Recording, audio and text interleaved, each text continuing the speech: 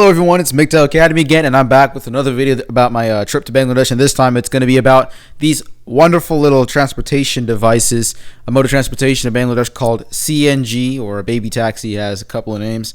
I think CNG stands for like compressed natural gas because that's what it runs off of, but I got no clue. I just know that's what they're called. So anyways, on the screen right now is not an actual CNG, but we did go to a store via a CNG, and they were selling little toy CNG replica thingies.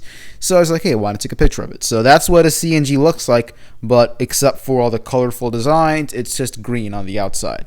So I was like, hey, why not share what it's like to ride in a CNG, with my good little internet friends. And not just that, this particular ride, we had like a whole entire family. There were 5. There were 5 people in a CNG when there's capacity for 2. There's capacity for 2 or 3 people.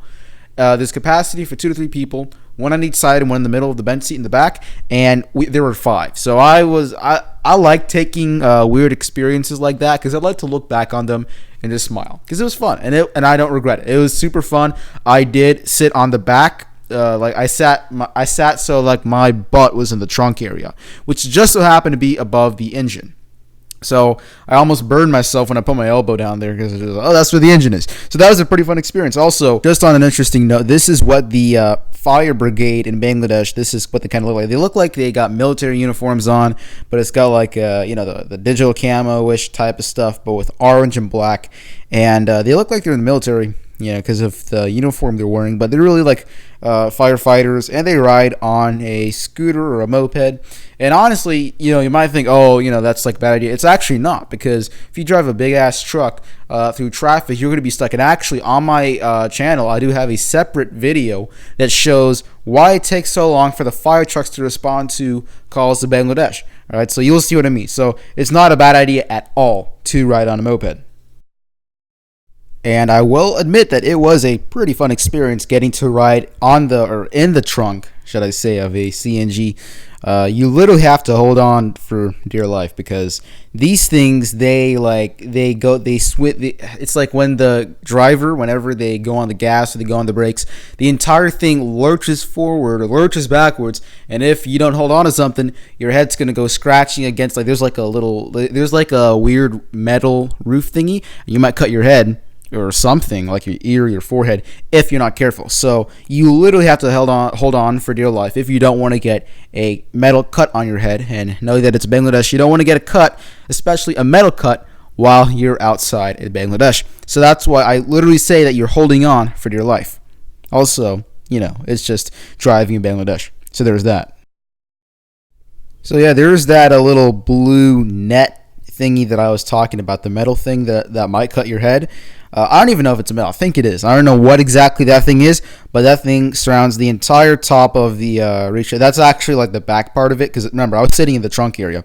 So anyways, that on the top of the CNG inside on the roof or the ceiling, there's like some parts of it that are freaking cut open. And I'm like, why would you do that? Like, how does that happen? But whatever, you gotta like kind of duck your head every time the guy slams on the brakes or accelerates forward, and those things, they lurch forth and backwards and all type of stuff. I mean, seriously, like the amount of acceleration and deceleration that those things have, it's really amazing. It truly is. So yeah, that's me sitting in the back right there, and yeah, my ass was on fire, and I mean, it literally was. That motorcycle engine burns your ass. I'm not joking.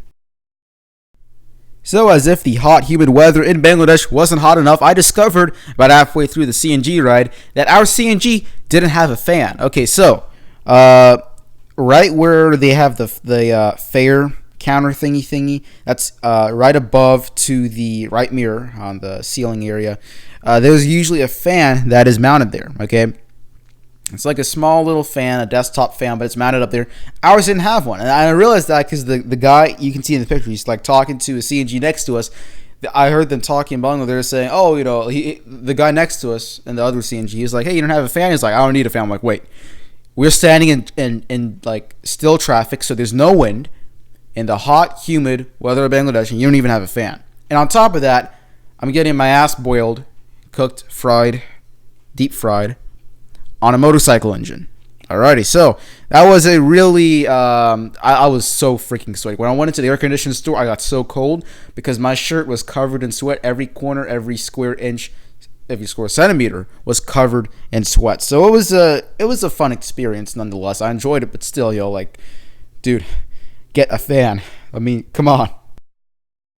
And of course, I had to share with you guys the one moment that our fare reached $69, and I'm proud for taking up some storage on my phone to show you a fare counter that has the numbers 69 on it, and I'm not one bit ashamed.